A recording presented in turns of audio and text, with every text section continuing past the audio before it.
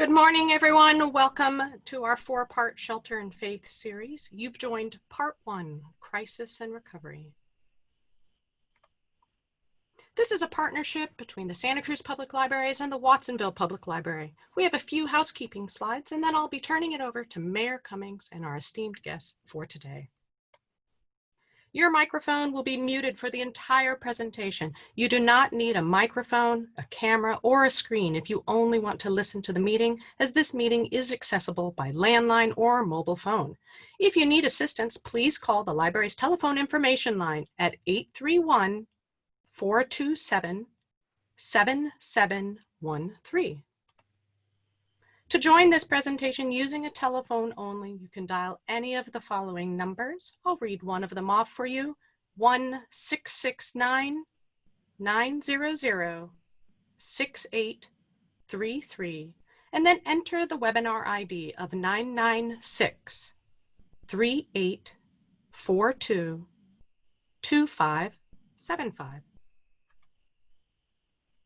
If you are joining by computer or a larger mobile device, you may use the Q&A feature to type in a question. These will be read by the moderator as time permits. Please do not enter your question until the moderator instructs you to do so.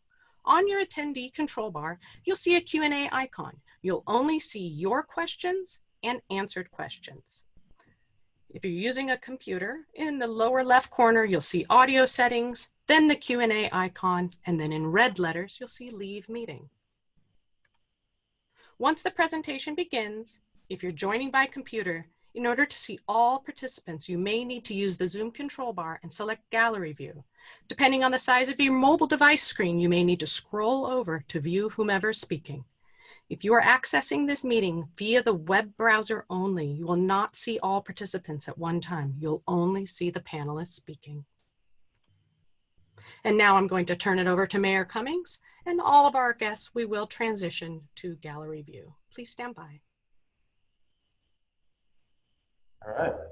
Thank you all for joining us today. My name is Justin Cummings, Mayor for the City of Santa Cruz. We find ourselves in this peculiar time in history where the world is being threatened by a virus that requires a societal response to slow its impact. Without a vaccine, individuals and communities throughout the world have chosen to shelter in place in the interest of protecting those who are most vulnerable and to do their part in flattening the curve. Locally, daily conversations have begun to take on a common theme. Neighbors and friends often say to one another, "In my lifetime, I've never experienced anything like this. I'm having difficulty understanding how to get through this and what this means for the future." The Santa Cruz Public Libraries and Watsonville Public Library have invited several local leaders representing diverse faith traditions to help us give voice and a constructive perspective to the prevalent concerns and questions our community is facing. For the first time, this is the first part of our four-part series, Shelter and Faith.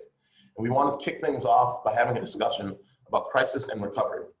Today joining us, we have Reverend Deborah Johnson with Inner Light Ministries, Pastor Jim Lapp with St. Stephen's Lutheran Church and Child Development Center, Reverend J. Shinseki, Watsonville Buddhist Temple, and Father Robbie Sullivan, Our Lady Star of the Sea. I'd like to start with Reverend Deb.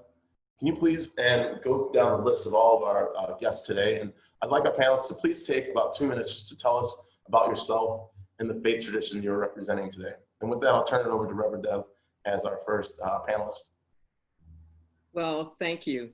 Thank you, Mayor, and thank you for the Watson Public Libraries and the Santa Cruz Public Libraries for hosting this incredible series at such an important time. I'm Reverend Deborah Johnson with Inner Light Ministries. We are physically located on Soquel Drive, just a few blocks down from Cabrillo College in Soquel. And we are a radically, and I mean radically, inclusive spiritual community in terms of the people who come and participate with us literally from all over the world. As far as the different kinds of faith traditions that we practice, there are a fair amount of people who even identify themselves as non-believers or not having any faith in particular. But we come there to really grapple with the most important issues of the day and to come at it from a spiritual standpoint. So our perspective is that there are universal spiritual principles that should be applied to all of life's circumstances. Things about love, about healing, about forgiveness. We specialize in helping people to find their own personal connection to the divine. And we want you to use that, not just for your own personal benefit, but for the benefit of the planet, for the benefit of beloved community, for the benefit of social justice. So the perspective that I'm going to be bringing here today is that you are first and foremost a spiritual being, that life is not happening at you, to you, it's happening through us and for us. Thank you. Thank you, Reverend Deb. I'll turn it over now to Pastor Jim. Oh, you're muted. Pastor Jim Lapp at St. Stephen's Lutheran Church. It's actually in Live Oak, but we're just across the street from Harbor High School. And we've been in this community since 1954. We are part of the Evangelical Lutheran Church in America. And these days, I always have to qualify that word evangelical because it's come to mean something different in our common parlance. And I would consider us, distinguish us from that common understanding. Evangelicals in our name. 1987, we were formed as a national church because the original Greek word means the sent ones.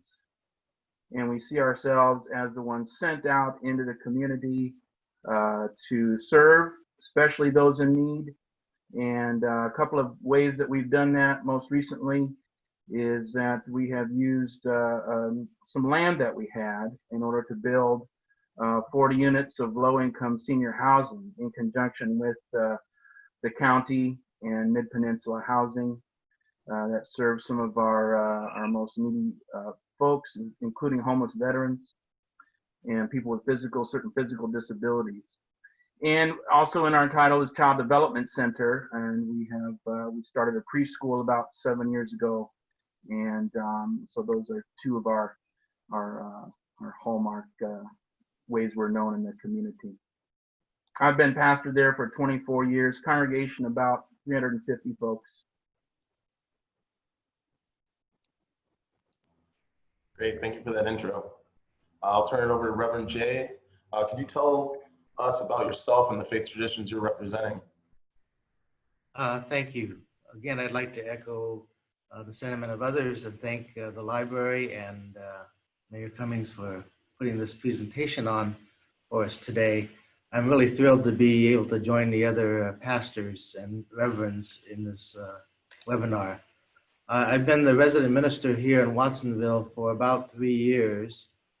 Previously in Monterey for many years. I'm still taking care of Monterey and actually the Salinas Buddhist temples that are affiliated with us. So I take care of the peninsula and part of the Pajaro Valley as well. Our tradition here dates back over 2,500 years to the time of the historical Buddha. Our particular sect of Buddhism, its founder comes from Japan. He was a monk of the 12th century, and it's called the Jodo Shinshu sect of Buddhism, which means the true Pure Land sect of Buddhism. Our temple here in Watsonville was founded in 1906, so we've celebrated over 110 years here in the Pajaro Valley teaching Buddhism. Our sect is the largest sect of Buddhism in Japan with over 7 million to 8 million followers and over 10,000 temples in Japan. I'm thrilled to be able to be part of this webinar, and thank you very much for the invitation. Thank you again for being here. And now I'll turn it over to Father Robbie to tell us a little bit about yourself and the faith tradition you're representing today. Thank you, Mayor Cummings. My name is Father Robbie. I'm a native of Santa Cruz County, so it's nice to be able to serve our community here in my native hometown. I'm representing Our Lady Star of the Sea Catholic Church, which is part of the Diocese of Monterey and part of the Roman Catholic tradition. We are located in the Seabright area of Santa Cruz. I've been a priest for 6 years, so out of the baby priest mode, but still a young priest, and I've been here as a pastor of Star of the Sea for 2 years. So I'm still getting to know our community a little bit more. We're a very diverse community, serving people from all different nationalities and perspectives, and it's been a pleasure to be here in Santa Cruz. I used to come to Santa Cruz quite a bit as a child to play, but it's nice to live here and to worship too with our community. It's nice to be a part of this this panel and to talk about such an important topic that we're discussing today. So thank you. Well, thank you all again for being here and for bringing such diverse perspectives of our community into this conversation. So I'd like to start with a question. So looking back on the history of your faith tradition, was there ever a time it encountered a crisis similar to what we're facing today? And if so, what's the story and how did it unfold? And if there's anyone who would like to volunteer to go first, I can just, we can just raise our hands. Sure, Reverend Jay. Thank you. So throughout the history of Buddhism, there's been crises and there's been famines and wars and disease. But I'd like to point out something more recently in our history. And this is a time when we're experiencing such separation. We're experiencing economic hardships. We're experiencing illness and death and a lot of suffering. And during World War II, the Japanese had immigrated here to the Pajaro Valley, established this temple. And with the outbreak of World War II, all of those Japanese were rounded up. They were incarcerated into concentration camps. And homes were taken away, land was taken away. They lost everything. And so they experienced an isolation and an economic devastation. They experienced racism, and the Buddhists were sort of the first to be separated from the rest of the community. And they were targeted. And so as Japanese American Buddhists, we experienced this loss, great loss as a community. Now, today, we are experiencing loss as well. Loss of income, loss of families, and loss of a community being able to come together. So in our history, the World War II experience is where we lost everything. But there was also an opportunity to coalesce as a community in a way, to be together and to create a stronger community, a stronger Buddhist community. So they were put into camps, but they continued to practice their faith. And this was probably what, in many ways, socially and psychologically saved many of the Buddhists during World War II, was their continued faith. And the ministers and priests were also incarcerated, so they were there to and able to assist their members during that time. Thank you. Thank you, Reverend Jay. Reverend Deborah.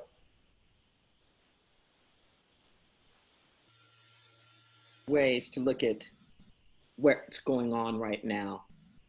And one of the angles that I'd like to talk about in terms of similarities is where there's a disparity in the severity of the cases and who's dying from the cases and the social justice implications of that. That to date within the United States, by far, the individuals who have been dying from it have been people who are older, people in nursing homes.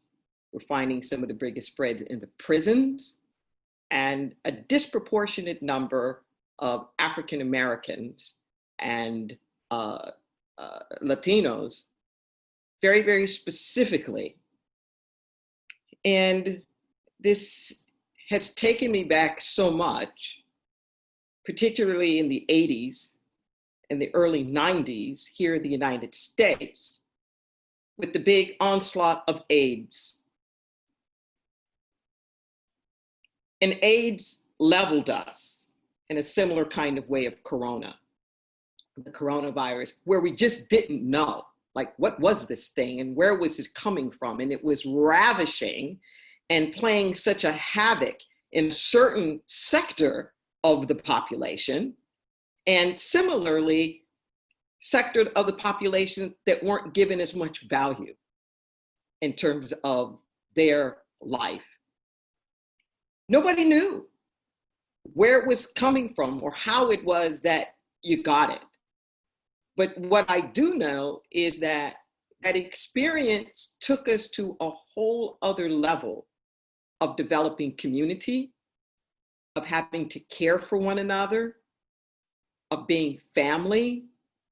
There was a sense of folks being almost lepers because you didn't know where they were getting it from. Families were abandoning other family members because of their quote unquote lifestyle or whatever that was. Even the church was turning its back on the LGBT community. But through it all, through the rally, through the deep belief, through the concern, and also pressing the government to respond, which is something I think is important in the middle of this crisis as well, is yes, there's a personal crisis that's happening and there's an economic crisis that's happening, but it also is showing the system that we have. I keep hearing people say, well, there's a breakdown in the system. And I'm saying, no, there's not a breakdown in the system. This is the system. And it's as though the curtain is getting pulled back and we're having a good chance to take a look at what do we build or what do we do? What I can say that's very different now is a sense of a collective responsibility and a sense of a collective, we're somehow in this together, and I'm going to shelter so that I don't spread it to you. Not just I'm going to shelter so I don't catch it from you, but this kind of awareness of a sense of responsibility that we all have an impact on each other, which is an extreme spiritual breakthrough. And I just want to acknowledge that and to say thank you for everybody for taking that initiative. Nobody has a gun to your head holding you at your house, but for your willingness to be part of a broader community and understand that it impacts us all. Thank you, Reverend Deb. Pastor Jim.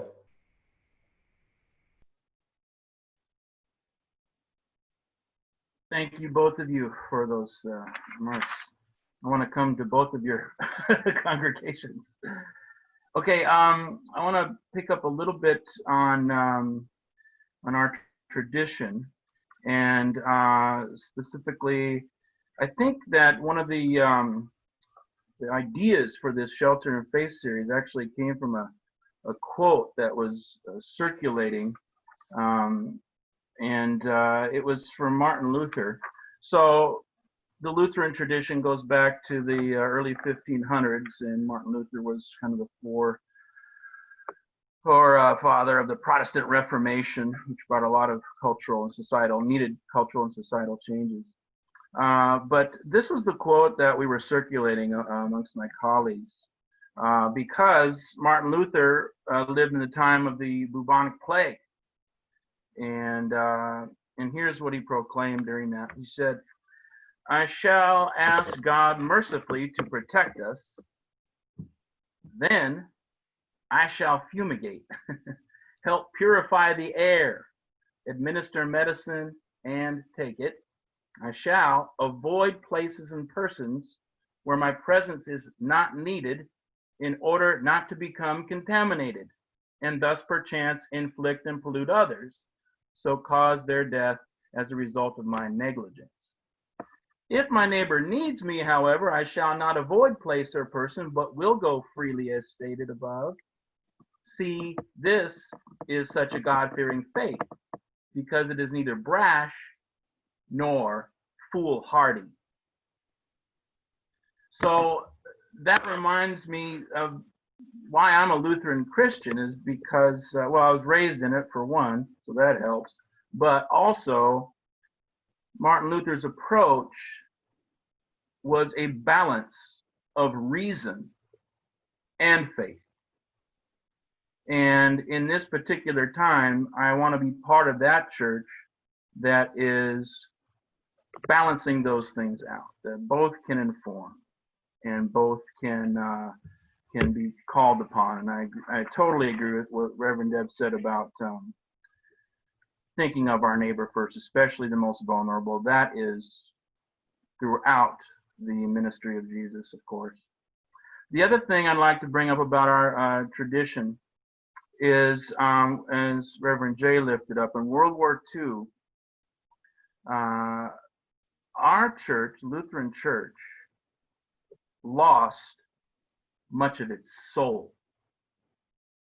And it lost much of its soul because it capitulated to empire and government. And it did not, for the most part, speak out when it needed to and use reason. So I wanted to lift up a pastor who's one of my heroes, is Reverend Dietrich Bonhoeffer, who was part of the resistance in that time. And he was able to recognize the injustice that was going on, and then was actually part of a plot to assassinate Hitler at the time. He was arrested and then executed only several days just before his concentration camp was liberated. But he wrote a book called Life Together. And in that book, he said some pretty amazing things about that relate to today and our crisis that we're facing. And the one I'd like to just lift up is those who love their dream of community more than the community itself become destroyers of that community, even though their personal intentions may be ever so honest, earnest, and sacrificial. So I wanted to lift that up as part of our tradition. It's very much in line with what both my colleagues have lifted up, that we are trying to think of those most vulnerable, and that our actions are thinking about the community first. Thank you, Pastor Jim. And to just say, reflecting on what you said about finding that balance is definitely something we here in the city have been trying to do as well. So we can balance, how do we allow people to be able to access open spaces in other areas, and at the same time, really try to look out for everyone in our community. So I appreciate all that you've said and all that everyone's said. And Father Robbie, I'll give you an opportunity to speak. Before I do that, for those of you who maybe have just called in, we are on our question. Our question right now is asking the representatives of our faith community to, as they look back on the history of their faith, was there ever a time it encountered a crisis similar to what we're facing today? And if so, what's the story and how did it unfold? And with that, I'll turn it over to Father Robbie to follow up on the question. Thank you. Like what Reverend Jay said, our church has also experienced lots of crises. And the one that comes to mind that reflects most with what we're going through now is the pandemic of 1918, the so-called Spanish flu.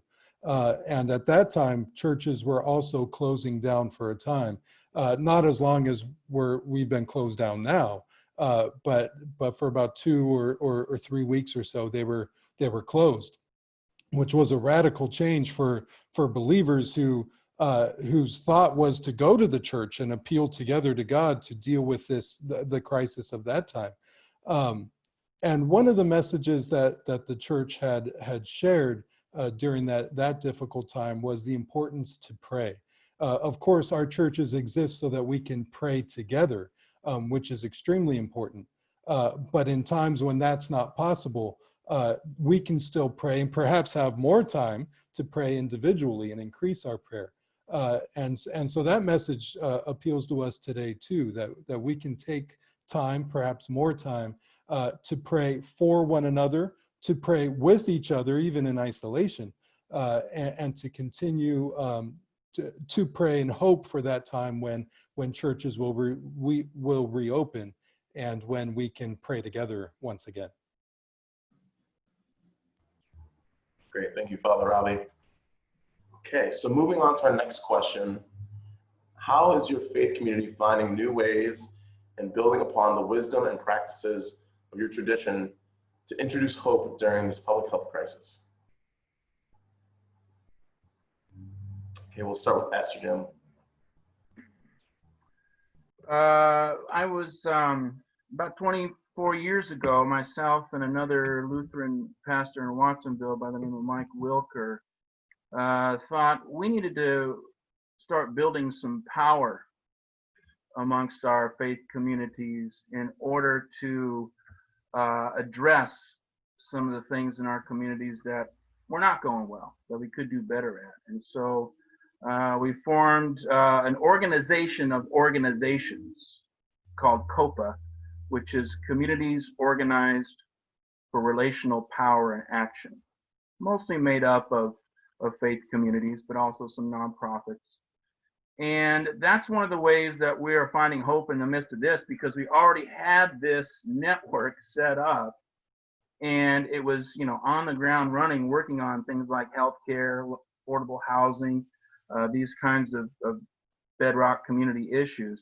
And so when this came around, we had a foundation in place to be able to start to act on it. And so immediately we formed three task forces on, for instance, how to apply for the PPP loans and those kinds of things in vulnerable communities, how we could look at protecting undocumented workers who are really exposed in many ways in this kind of a situation.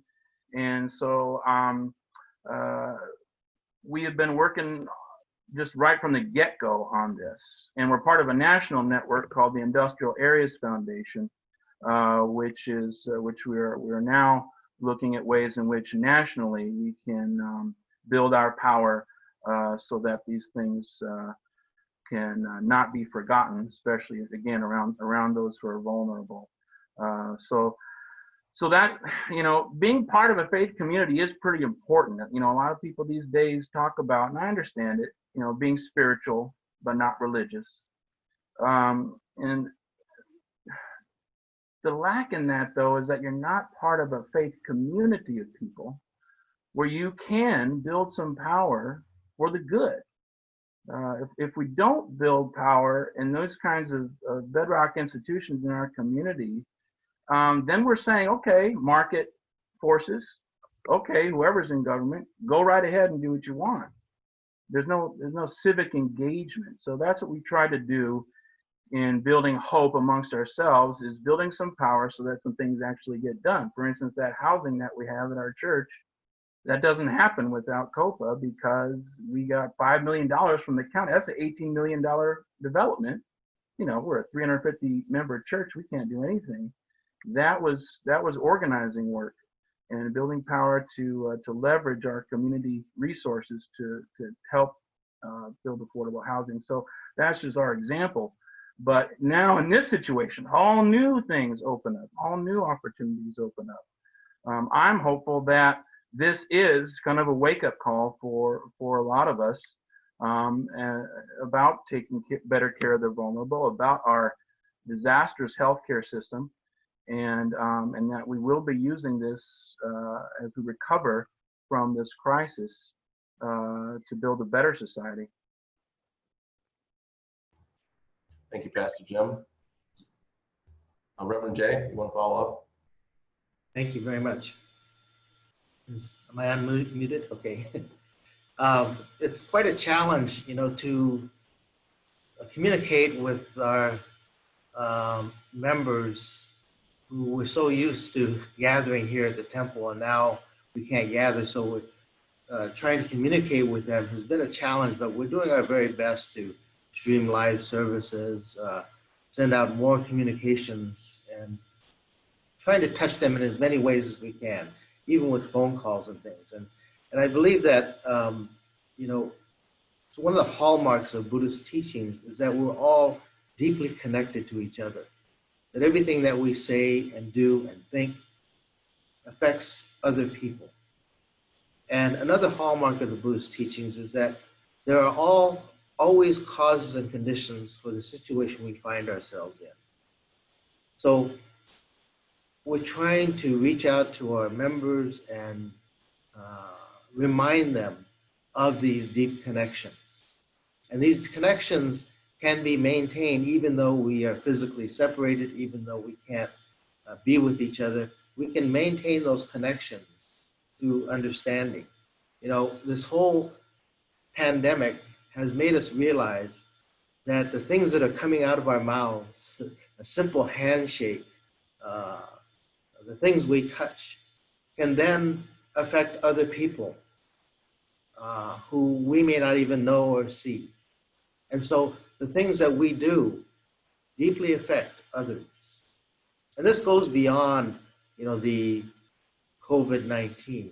It speaks to the thoughts and the words and the actions that we do on a daily basis that can be harmful, that can be hurtful, that can touch other lives in ways in which we can't even comprehend. So through understanding this, there, I believe, is one of the ways in which we can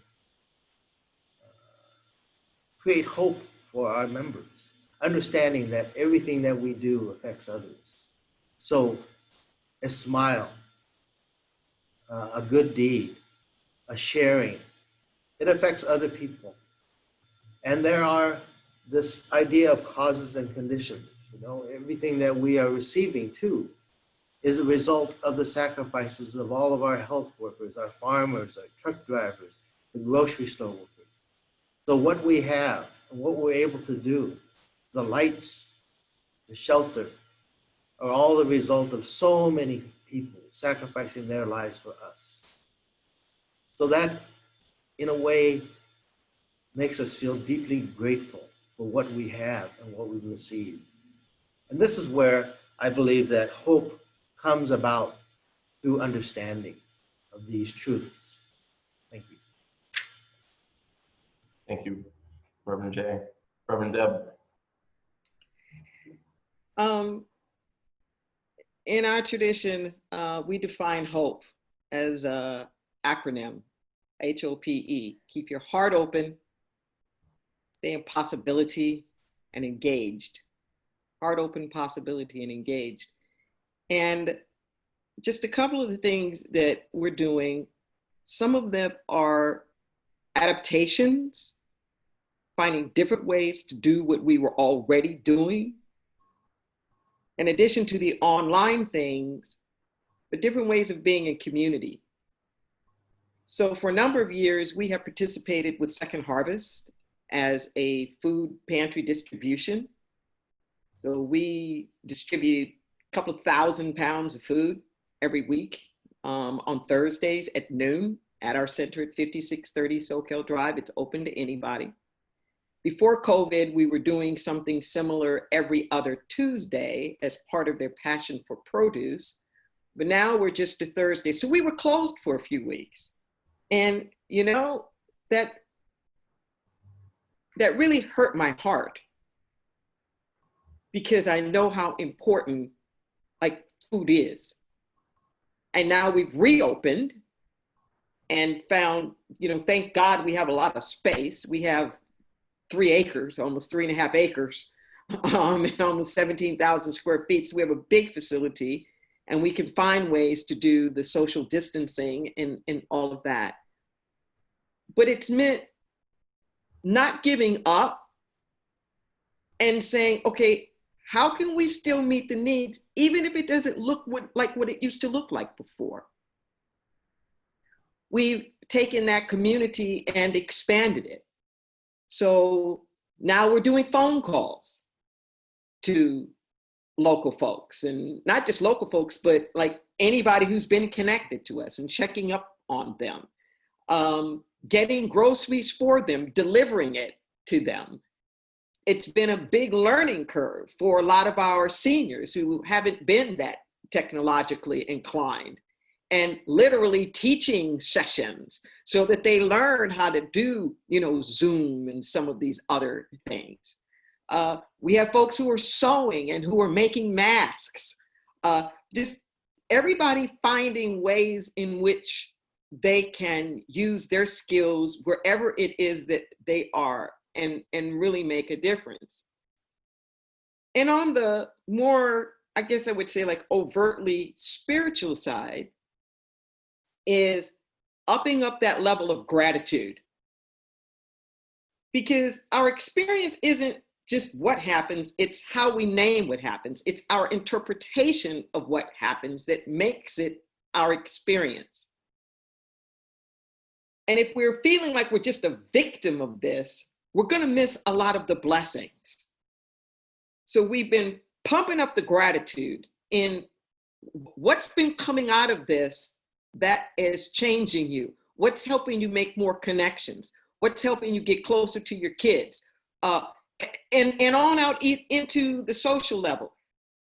We're big environmentalists. The ozone above the Arctic is closed. The biggest hole that we've had is now closed.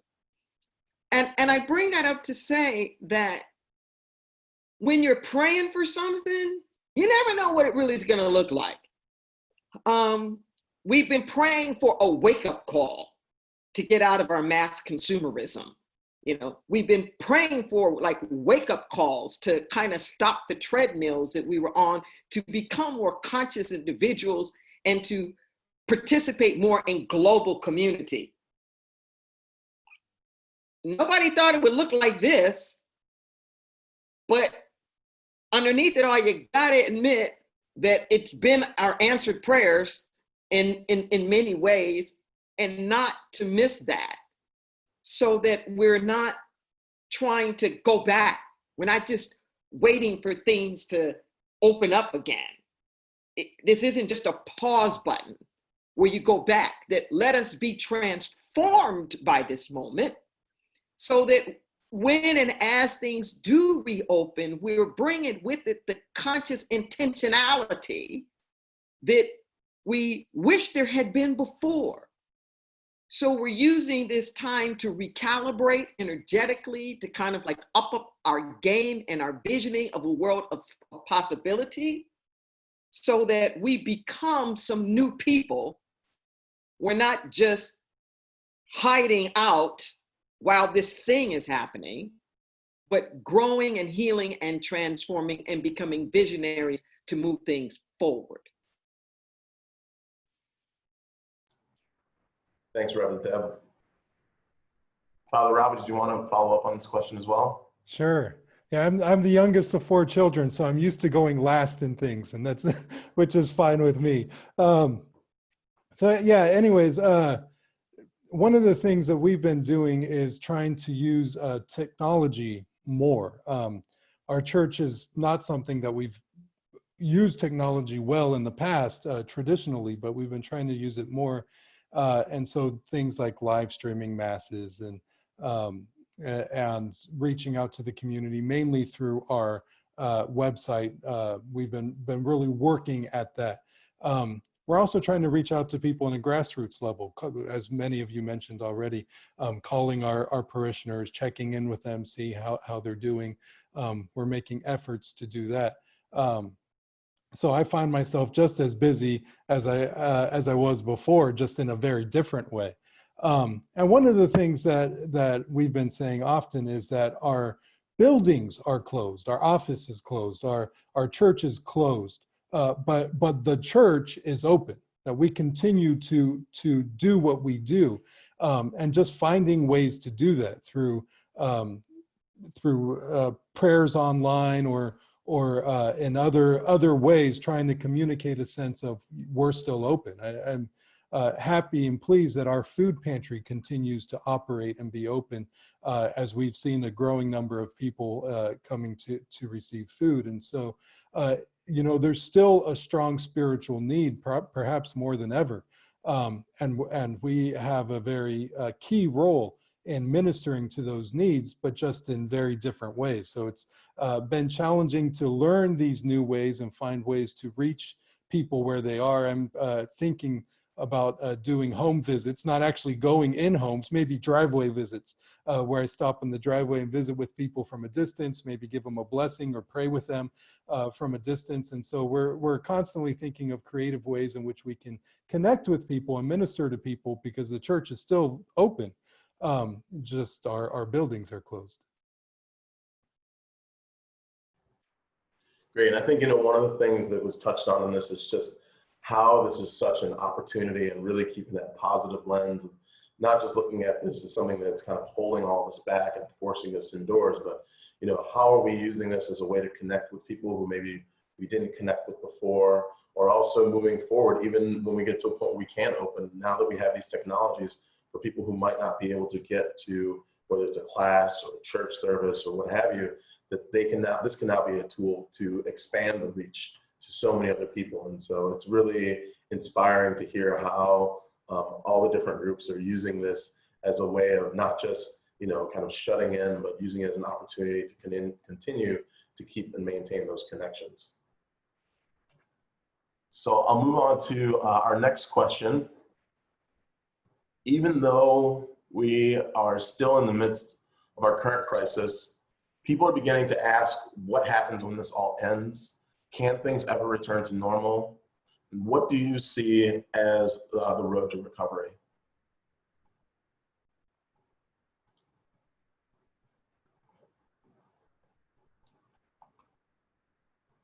All right, Reverend Jay.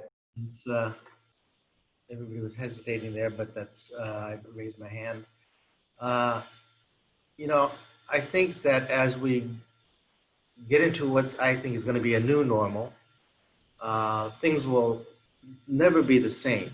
Things are going to change. And these changes can be very positive changes. But I think one of the things that I hope that comes out of all of this is that a deeper sense of compassion for those that are suffering, and those that have lost jobs, and those that have lost family members. And that compassion is tempered with wisdom as we move forward. And not, you know, once we've been able to overcome this COVID-19 crisis, there are other crises that will rear its head and be a part of our lives here in the United States. You know, we have a very divisive sort of world in which we live in. There's still greed, there's still war, there's still people who are hungry, there's still homeless. You know, and those are the crises that we need to take what we learned from this particular situation and utilize that wisdom and compassion as we move forward into this new world and new normal, I guess we call it. And so I hope that we learn, but we also become stronger and more deeper in our compassion for others. And again, tempered with wisdom. Thank you. Is there anyone who'd like to follow up on Reverend Jay's? Sure, Pastor Jim. Yeah, that's my hope for sure out of this. One of the, well, you can kind of see him back here, Martin Luther King Jr., my daughter painted that her senior year, giving his speech in Washington. So he's one of my heroes. And in his book, Strength to Love, we were asked to recommend some books, so that's one of them. But he says a lot of the same things, and it's my hope that there will be a more compassion that results out of this. One of our, you know, bedrock stories for Christians is the story of the Good Samaritan. And Martin Luther King said this about the Good Samaritan story. He said, I imagine that the first question the priest and the Levite asked, if I stop to help this man, what will happen to me? But the Samaritan reversed the question to, if I do not stop to help this man, what will happen to him? And I see that opening up our society. What's the number one religion in America? I've always said in our church, it's consumerism. And this invisible enemy, as I've heard someone else say, kind of leveled all the playing field on that and reminds us more of our humanity. So I'm hopeful that out of this, we do come to a more compassion-oriented culture.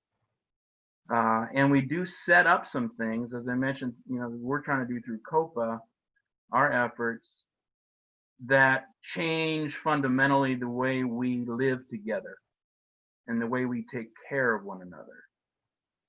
So that's one of my biggest hopes. The other is that, another thing Martin Luther King said was, only through an inner spiritual transformation do we gain the strength to fight vigorously the evils of the world in a humble and loving spirit.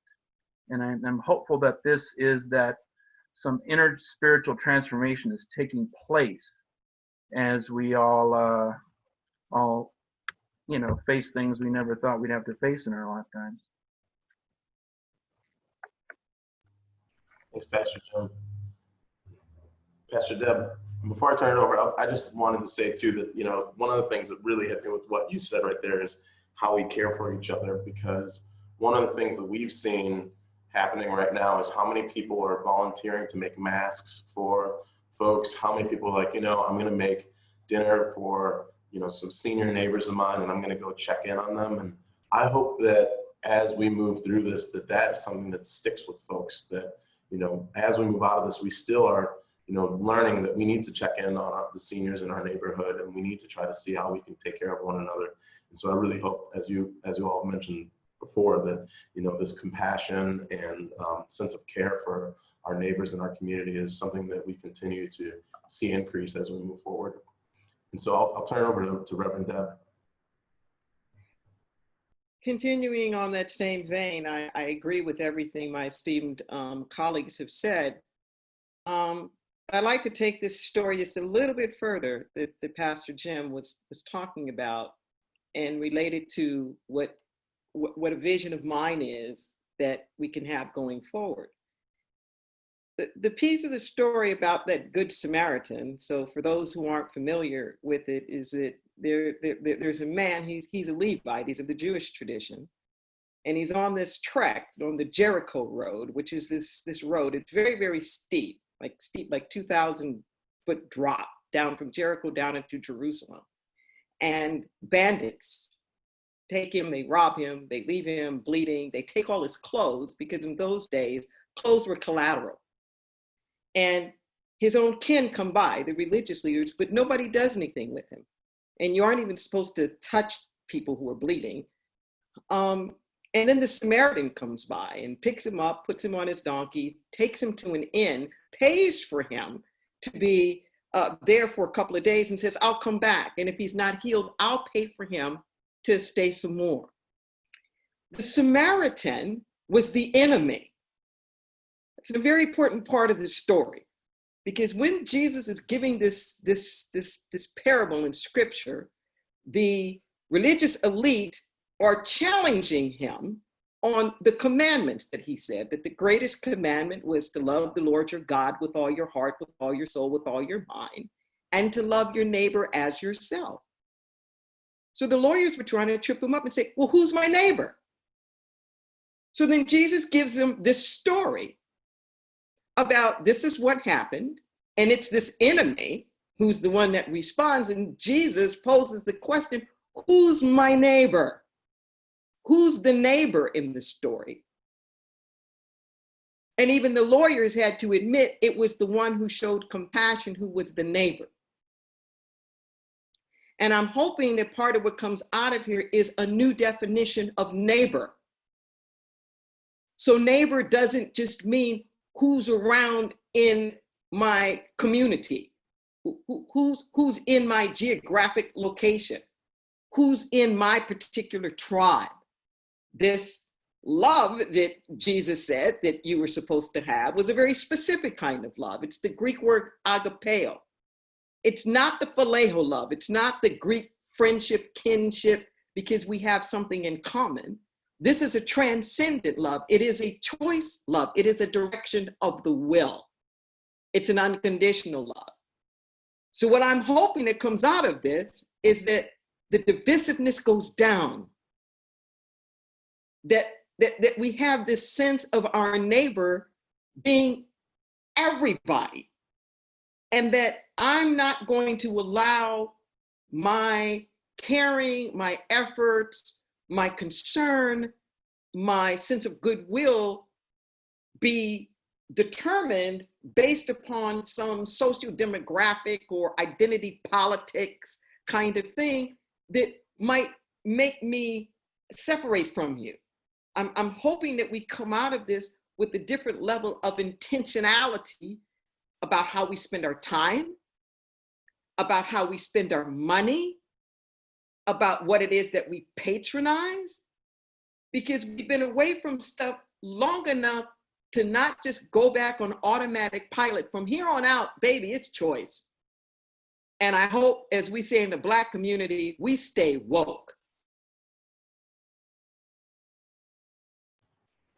Thank you, Reverend Deb. And you know, it's interesting how we tend to talk about global economies, but we don't talk as much about global communities. And that's what the conversation we need to start having moving forward, for sure. Father Robbie, did you want to speak to this question as well? Sure, yeah, and I just want to echo everything that has been said. That's really important moving forward, recognizing that we're all neighbors. Something that Reverend Deborah said earlier about seeing in this crisis opportunities or things to be grateful for that can help us in the now can also be important in moving forward. And the road to recovery starts now and starts with choice. There are lots of opportunities present now, certainly lots of things that have been taken away in a sense, but lots of opportunities now that we can take advantage of to grow.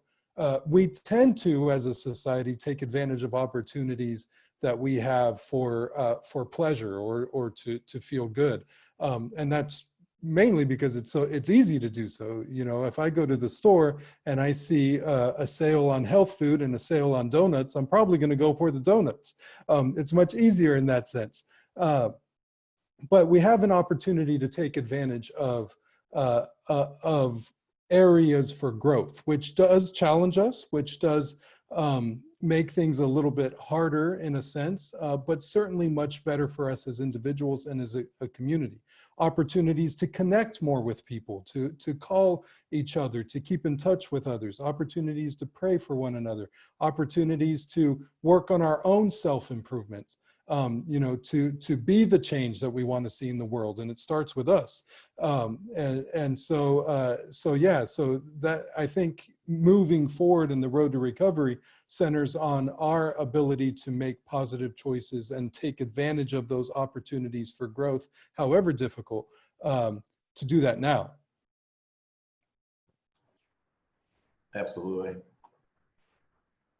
Okay, so right now I have one more question I want to ask the panelists, and then I want to open it up to the public. We've got about half an hour left before we kind of wrap things up, which should give us, you know, plenty of time for people if they want to write questions in. So if you'd like to at this time, there's a Q&A box, and we'll try to get to as many questions as we can. But if you're at a computer and you can type in a question, your questions will go in the Q&A box, and then we'll try to get to those questions as they come in. But the last question I have for the panelists before we move on to public questions, is there a book or other resources you can recommend for our listeners to try today that is relevant to our topic of crisis and recovery? Pastor Jim. Okay, she got it. Yeah, I mentioned a couple of books already. I just want to list them again. Life Together by Dietrich Bonhoeffer. Strength to Love, Martin Luther King Jr. And then this last one, because this quote that I found really relates to what Father Robbie was, and everyone has said already. This is called The Wounded Healer by Henry Nouwen, Noumen, now W-E-N, Henry Nouwen. Anyways, in that book he says this about, it's mostly a book about leadership, but he says this: every Christian is constantly invited to overcome his neighbor's fear by entering into it with him, and to find in the fellowship of suffering the way to freedom. And I think that speaks not only to, this disease that we're all facing, the suffering that it's causing, but I liked that this can also be something that gets at the divisiveness of our society. And that by entering into each other's suffering, we can overcome some of that divisiveness. So I just wanted to lift up that book too. Thanks. Any other book recommendations? Father Robbie. Yeah, just a couple I brought with me. One is a book called The Best Is Yet to Come by Greg Laurie, about hope in difficult circumstances and difficult struggles, that, to always keep our view focused on hope and that things will get better. And then the other one is 1,000 Gifts. And this book is by Ann Voskamp. And this book focuses on seeing all our blessings in everyday circumstances, no matter what we're experiencing or what we're going through at the moment, to see gifts that are present every day. Thanks, Father Robbie. Reverend Deborah? There are several that I would recommend. Practically anything by Dr. Howard Thurman. My favorite collections of his are in a book called For the Inward Journey. A lot of those also appear in Meditations for the Heart.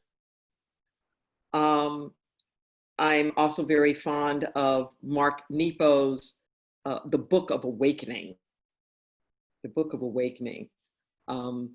And I find myself gravitating towards Marianne Williamson's Return to Love at this moment, right now. It's an expose on A Course in Miracles. And at the risk of sounding like I'm doing marketing, I'm really not, but one of my own books I think is very good for this moment. It's called The Sacred Yes. The Sacred Yes. It's volume 1 of a series called Letters from the Infinite. Great, thanks, Reverend Deborah. Reverend Jay, do you have any books that you'd like to share? Books there in the library, but this is one of my more recent favorite books. It's called The Buddha's Wish for the World. And it does describe, the Buddha's desire to embrace all beings, irregardless of background, irregardless of where they come from, and that we are all connected. And he says in here, in this world, there is no life that it was ever lived in vain. There is no life that is meaningless. All life is linked together. All of us share in the light that the Buddha shines upon us. And this is what the Buddha teaches. And so I highly recommend this book, The Buddha's Wish for the World. Thank you. Great, thank you all for those wonderful recommendations. And given that this is being recorded and will be on the website at another point in time, there's going to be a way to access this, but I think one of the things we'll hope for, and we'll try to see if we can make happen, is we can take those book recommendations and make them available on the website. There's been a number of folks who have been asking for that, and so I think we'll try to make sure that we can get those recommendations in a place that is accessible so folks can get these books and see if our library has them or find them through other sources. So thank you all for those wonderful recommendations. I'll go to one of the questions that was brought up by one of the members of the public. They said, the word compassion has been used by many of the panelists. What do you mean by compassion, and can you provide any tangible examples?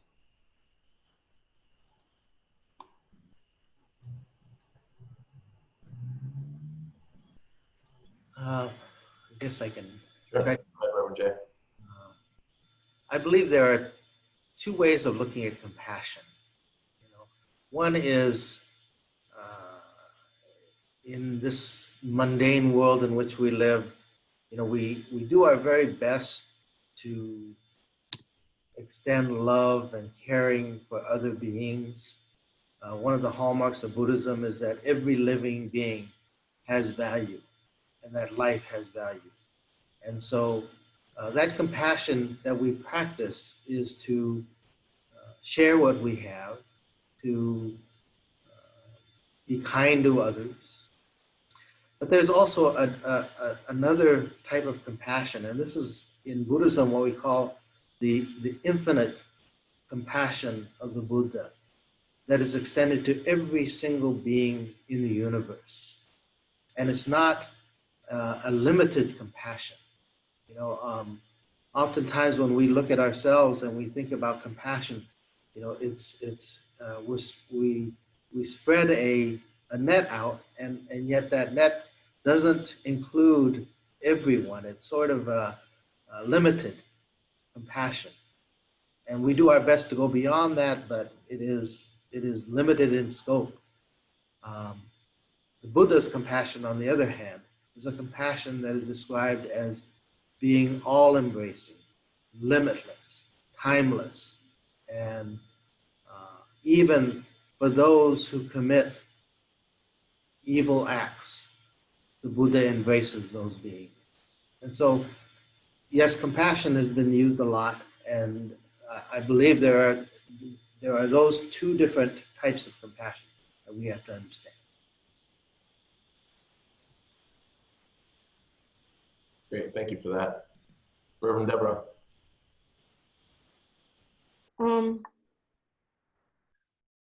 I don't know what Webster says, but when I use the word compassion, there are two things that come to mind. One is about an identity, an attitude, a perspective, where it moves beyond othering. It's one thing for me to see somebody on the street and say, oh, that poor person, I'm glad that's not me. Oh, I feel so bad for them. But it's another thing when I'm looking at that person and I'm seeing a oneness there. That's a part of me that's out there on that street. I don't see it as some other, but where I feel it and it impacts me very deeply. And I'm not looking down at this person like me up here and I'm so glad I'm blessed and I'm glad I'm not them. But something arouses in me where there's a sense of connection there. That to me is part of that neighbor, like embrace of the world. And when we get to that point, when I get to that point of the compassion, then it compels me into action. When I hit that point, then I'm more likely to do something. And as I said before, this thing that's happening now, where all of us are taking action around the world, where we can see we can make things happen if we just do it. So when that sense of the oneness, I'll call it, the lack of othering, compels me to take action, compels me to use my resources to do something. It could even just honestly be as simple as a smile. That there is something that happens then that makes a connection so that the other person can feel my care.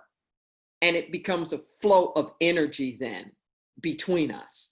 And it's not just for them, but I get uplifted by my own acts of compassion, and we all rise up in the affirmation of that.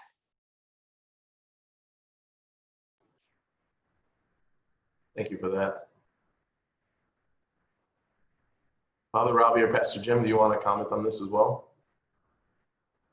No. I'm going to try to have Robbie not go last, so so that's okay. Yeah, a couple of things, thoughts about that. Immediately I thought of, we're a beach community in a lot of ways, and how the beaches are closed and how terrible that is for us. We just can't believe that. So compassion could be just something as simple as understanding that there's somebody out there where my going to the beach could potentially cause them harm. And that is what our public health folks are telling us. And so to trust that, trust the science behind that, and then have compassion and say, okay, that's the action. I'm not going to the beach at this time because I'm thinking of my neighbor. It's been brought up in the story of the Good Samaritan, and was brought up about the two main commandments for Jesus, loving God and loving neighbor. The other thing though is that compassion turning to action, which I appreciate from Reverend Deborah, but in a justice sense. So there's the individual action, which I've kind of categorize in acts of mercy or charity, but then there's acts of justice, and that means talking about why things are the way they are, and trying to reform these things so that we don't keep running into these problems. And so working towards organizing ourselves and building that power through organizations like COPA that we're a part of, so that the compassion takes on a more rooted sense in our society, by the way we structure the way we live together.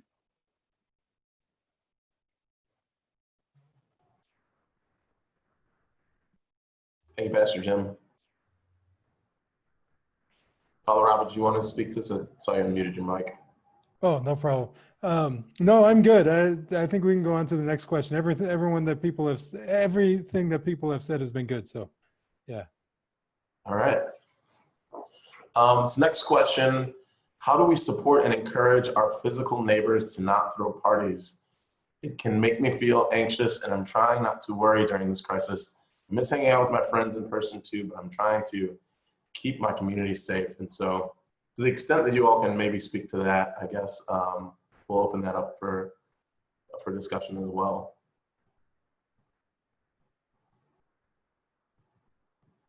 Sure, Pastor Jim. Yeah, that's a difficult one. Because I've lived in my neighborhood for 24 years, and we've had our differences of opinion and things like that, and these are kind of long-standing things. If you decide to say something, what does that mean down the road for your relationship with your neighbor and so on. So I really empathize with that question. I of course don't have the answer, but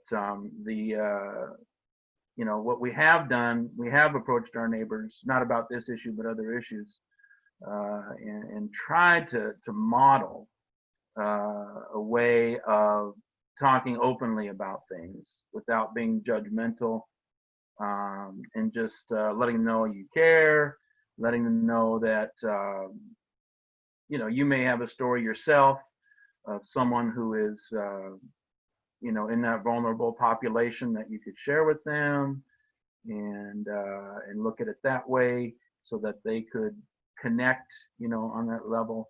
This is drawing us closer. Our neighborhood, we did a little bit of an organizing of our neighborhood for people's needs.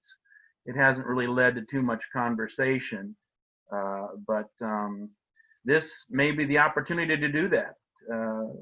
This is something that is I don't know if it's unique just to American society, but it surely is a hallmark of our society that we hardly even know our immediate neighbors. And so this is an opportunity to help break that down. Approaching it, yeah, you got to be careful, but maybe having the courage to do that, to overcome that fear.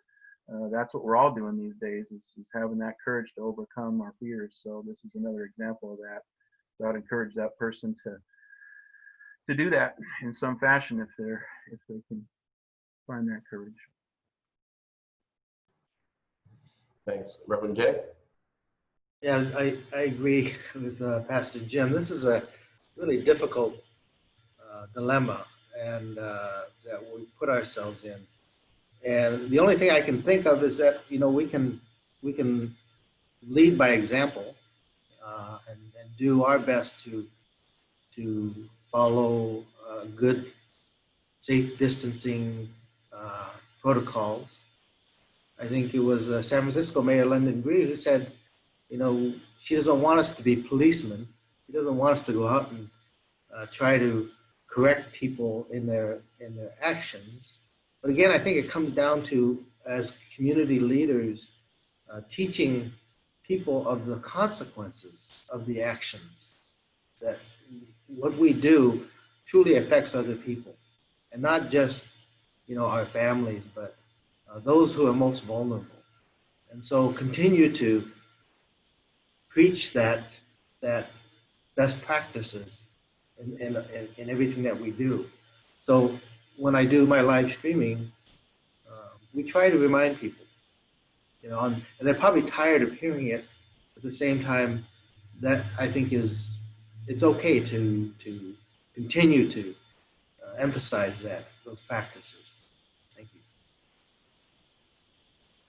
Sure, Father Robbie, and then we'll go to Reverend Deborah. Thank you. Yeah, just piggybacking on that a little bit. One thing that can work, depending on your faith tradition, is to pray for the other person.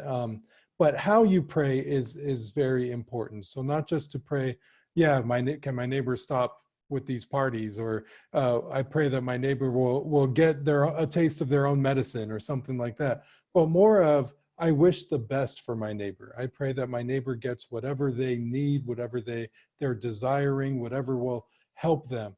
And be persistent with your prayer, but also sincere. I've tried this myself and it works wonders, but it's not always works in the way that we expect. And I think Reverend Deborah alluded to this earlier, that sometimes when we pray for things, it happens in very surprising ways.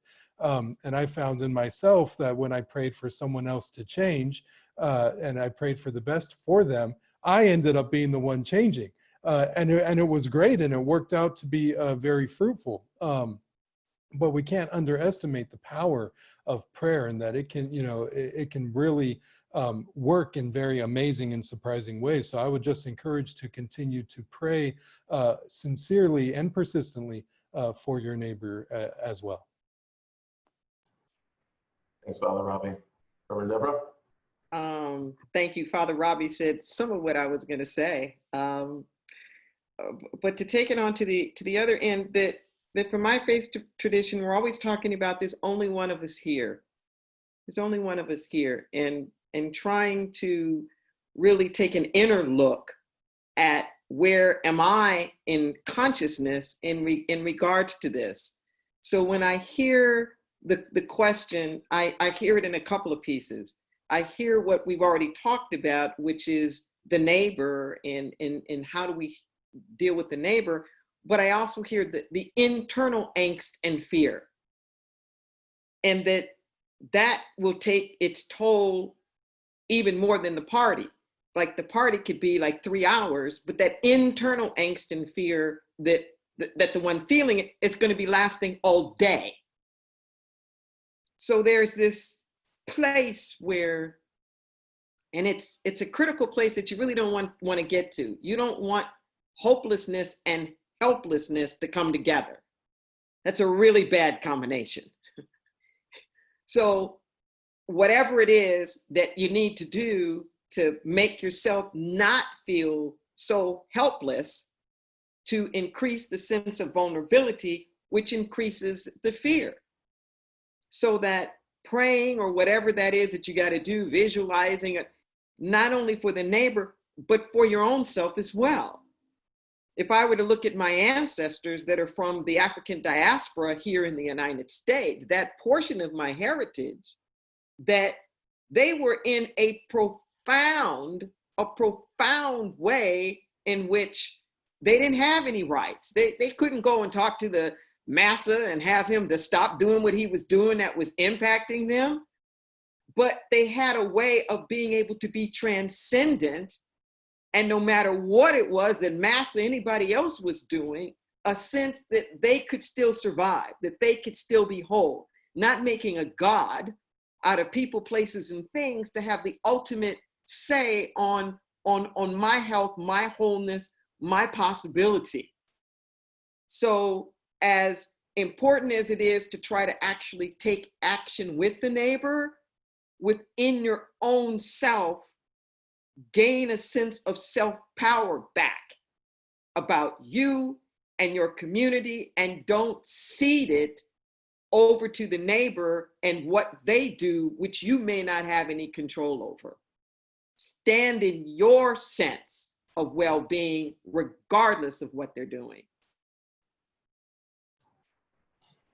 Yeah, that's a pretty powerful message to send, that, you know, we all have to take care of ourselves during this time, and, you know, reminding ourselves what we can do to keep ourselves safe is number one.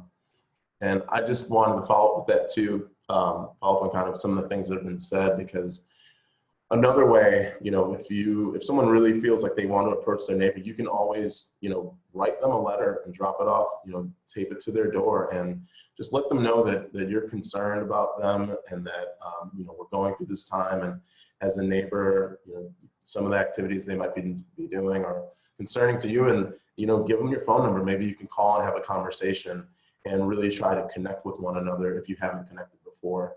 Because I think that's a lot of what we're going through here, is trying to connect with one another and to have these, you know, somewhat uncomfortable conversations where we, you know, a lot of us are in a very difficult place, and we're trying to find ways to cope. And it might be that house that's having that party, it's all people who live in that home, right? But then that helps you by learning, you know, what's happening. And if not, maybe being able to have a conversation with them around how that can impact folks is also meaningful as well. So, Reverend Deborah. Yeah, and I'd just like to piggyback on something that was said earlier. I think it was Pastor Jim, about going into each other's sphere. That it's kind of like grief, that I think it's going to be the next section, where people respond differently. So we may be looking at somebody having that party and interpret it as they don't care. It may be their way of responding to their fear, that maybe they need people to come together and to get this sense of, oh, this isn't getting the better of us. You know, we're still whole. We still have some kind of agency, their way of not feeling so hopeless. So you can't always interpret in people's responses that they don't care or that they are the opposite from you. It's just like you have fight or flight. They're both responses to fear, even though they may look different. So you may actually be more closely in line than you think, and just taking very different ways of doing it. It's like mama dies, one brother wants to sell the house right now, the other, because he just can't handle it, the other brother wants to make a museum out of it, don't touch anything, and they're both doing it out of love, even though they may have very different ways of going about it. Absolutely, thank you for that. Well, we're getting close to being done with our time, and so what I thought we could maybe do in the last 10 minutes is, if any of you had any final thoughts you'd like to share on this topic, and then maybe we could kind of do a brief introduction of what's going to be coming in the next session. And so if anyone wants to start with kind of some final thoughts they'd like to share on our topic today.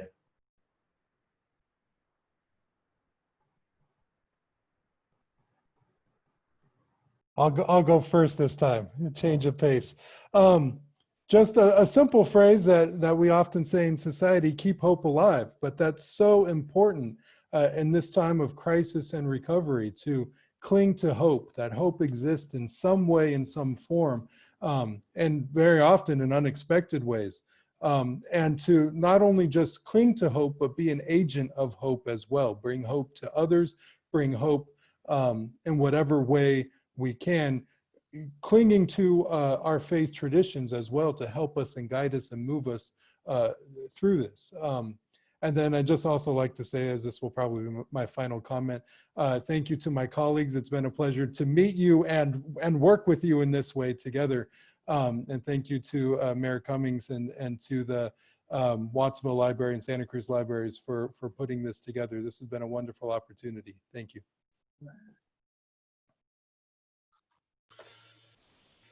Thank you. Reverend Jay? So, crisis creates pain and anxiety, but also an opportunity to learn and grow. And I think part of recovery is to learn about ourselves and how we handle crisis.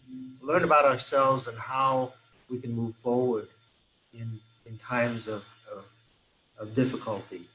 And I think it makes us stronger, not only individually, but as a community.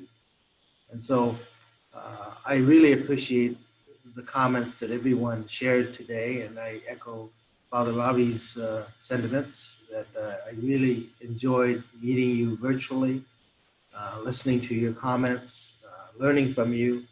And I do hope that our relationship is not just a virtual one, but in the future we can all meet in person.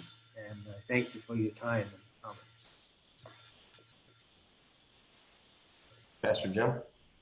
Yeah, certainly along the same lines. It has been really good. We do have some of this connection through COPA, but I haven't been able to spend any time with any of you.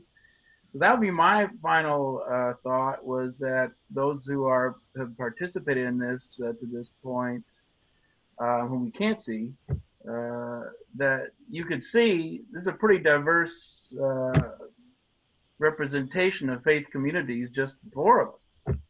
They're out there.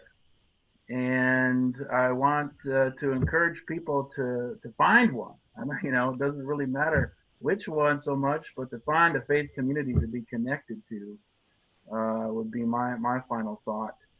There's going to be many others coming, in the next few sessions here. We got 3 more in this. And so, yeah, my final thought was to thank the organizers at the Santa Cruz Public Libraries in Watsonville for bringing us together. It was really a great idea, and this has been a rich time with you. Thank you. Thank you. Reverend Deborah? Well, I echo the sentiments that have been shared here about the gratitude for having this arena, this forum, this space, and for everybody who's listening now or that may be listening later. I think my parting words would be about the recovery aspect. There's recovery that you have, say, for example, if there's a hurricane and you're busy trying to rebuild the houses and rebuild that community. But there's also the kind of recovery that happens, say, if you are trying to overcome addictions. And that's a different kind of recovery. You're not trying to rebuild the house that you were in before. You have to come up with a whole new way of life.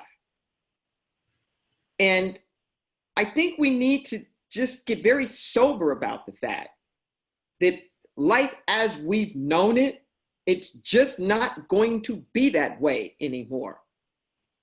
Even the simplest things of the way we all used to shake hands.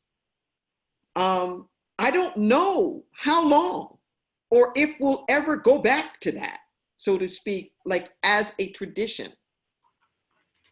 And the point that I'm trying to make is that we're going to have to actively engage and build society. We don't know what it's going to look like. Just because they open up the doors doesn't mean everybody's going to rush in. Who knows how long it's going to be before they're like concerts or big sporting events, or how that is that the proximity even, that we stand next to each other. I mean, these are like just the most simple, basic things. But we're going to have to rebuild society. We're going to have to do, and we're going to have to figure it out. There's not going to be a playbook. There are not going to be guidelines coming down from the CDC. Nobody's going to tell us how to do it. We're just literally, just like a democracy, we're just going to have to show up, stay engaged, and figure it out. And it may take a long time. It honestly may take a couple of years, few years, before we settle down into something that honestly feels like a new foundation upon which we're standing. Stay present, hope, keep your heart open, stay in possibility consciousness, and keep engaged. Thank you for those words. And I think that's a good spot for us to kind of end. And so I want to thank again, Reverend Deborah Johnson from Inner Light Ministries, Pastor Jim Lapp, St. Stephen's Lutheran Church and Child Development Center, Reverend J. Shinseki from Watsonville Buddhist Temple, and Father Robbie Sullivan, Our Lady Star of the Sea. Thank you all for being here today and for sharing those wonderful words with our community. I'd like to also thank the Santa Cruz Public Library and Watsonville Public Library for putting on this amazing event where we've been able to hear from members of our faith community, leaders in our faith community about crisis and recovery.